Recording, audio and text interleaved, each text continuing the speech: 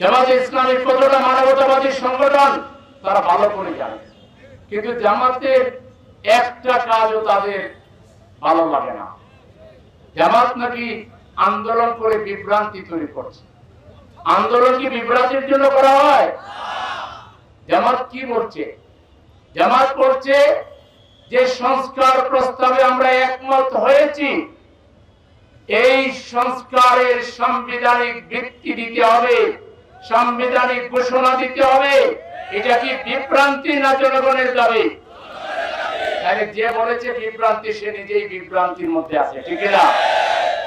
2 নম্বর, জামাত বলছে এটা শুধু সাংবিধানিক ঘোষণায় হবে না, জনগণের ম্যান্ডেট নিতে হবে যাতে ভবিষ্যতে কোনো স্বৈরাচার এটাকে পাল্টাতে না পারে।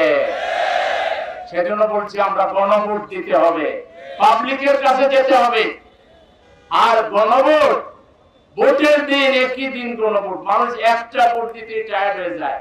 আর ওই দিন কোন গণভোটের যে সাবজেক্ট, ওখানে কোনো দল নাই, মার্কা নাই, ব্যক্তি নাই। মহিলারা বলবে ভোট তো দিয়ে দিছি, চলে যাবে। আর এই আপনারা সাংবিধানিক ভিত্তিকে নাকচ করে দিবেন, নব্য ফ্যাসিবাদ বাংলাদেশে কায়েম করবেন, এটা হতে পারে না। গণভোট অবশ্যই জাতীয় নির্বাচনের আগে দিতে হবে। আপনারা তো বহু জিনিস সময় মতো বোঝেন না। আমরা কেয়ারটেকার সরকার পদ্ধতির কথা বলেছিলাম, আপনারা বলেছেন শিশু আর পাগল ছাড়া কেউ বোঝে না। এখন সবচেয়ে বেশি কে বুঝে? আপনারাই বুঝেন, তাই না? এখন তসবির জানার মতো কেয়ারটেকার। জামাত 50 বছর আগে যা বুঝে, আপনারা 50 বছর পরে তা বোঝেন। জামাত ভারতীয় আধিপত্যবাদের বিরুদ্ধে বলেছিল, ভারতীয় হেজেমনির বিরুদ্ধে কথা বলেছিল। জামাত কখনো স্বাধীনতার বিপক্ষে কথা বলেনি। আপনারা সেটাকে বানাইছেন স্বাধীনতা বিরোধী।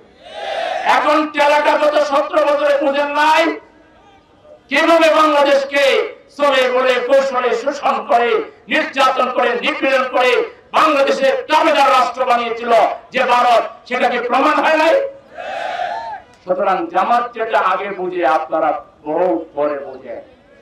এখন যে আপনার পিয়ারের কথা বলছি, পিয়ারের অর্ধেক দাবি তো মানলেন, টেলার নাম বাবাজি। উচ্চকক্ষে পিয়ার তো মানছেন, ঠিক কিনা? সেটা আরেকটা যেটা আছে, মানে লাভ হবে, লাভ আপনাদের হবে। আপনারা খুব শীঘ্রই আপনারা একেবারেই দুর্বল পার্টিতে অলরেডি পরিণত হয়েছেন, সামনে আরো বড় দুর্বল হয়ে যাবেন, তখন পিয়ার আপনাদের কাজে লাগবে। জামাত ইসলামের জন্য দলগতভাবে পিয়ারের কোনো দরকার নাই। জামাত পিয়ার বলছে একটা সুষ্ঠু এবং ভারসাম্যপূর্ণ ফ্যাসিবাদ মুক্ত একটা পার্লামেন্ট প্রতিষ্ঠার জন্য বলছে। মসজিদে হামলা কেন করতেছেন? সব বিশ্ববিদ্যালয়ে হারার পরে এখন গোহারা হারবেন এই বলে মসজিদে হামলা করেছে।